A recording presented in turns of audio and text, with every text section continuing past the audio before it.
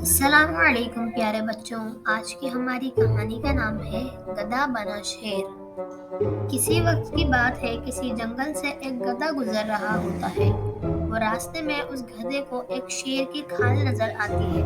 وہ زمین پر پڑی ہوتی ہے تو وہ گدھا اس شیر کی کھال کو پہن لیتا ہے اور وہاں سے جانے لگتا ہے۔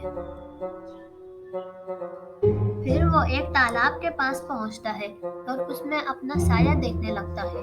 وہ گدھا سوچتا ہے کہ میں بھی اپنے آپ کو دیکھوں کہ شیر بن کر کیسا لگتا ہوں۔ وہ گدھا شیر بن کر بہت خوش ہوتا ہے اور پھر وہ جنگل آ جاتا ہے۔ جیسے ہی گدھا شیر بن کر جنگل میں آتا ہے تو سارے جانور اسے دیکھ کر ڈر جاتے ہیں اور وہاں سے بھاگنے لگتے ہیں۔ گدھا یہ سب کچھ دیکھ کر بہت خوش ہوتا ہے اور گدھا اب جانوروں کو اور زیادہ ڈرانے لگتا ہے۔ کچھ ہی دنوں میں یہ بات پورے جنگل میں پھیل جاتی ہے۔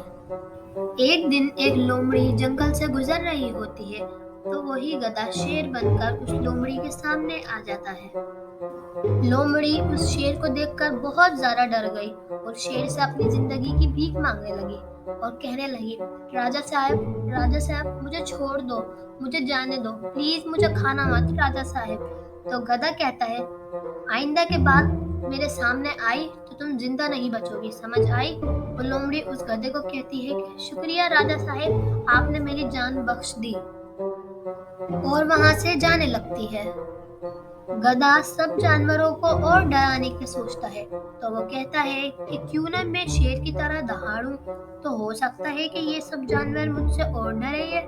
اور وہ شیر کی طرح دہاڑنے کی کوشش کرتا ہے، مگر وہ تو گدھا ہوتا ہے تو شیر کی طرح کیسے آواز نکالے گا۔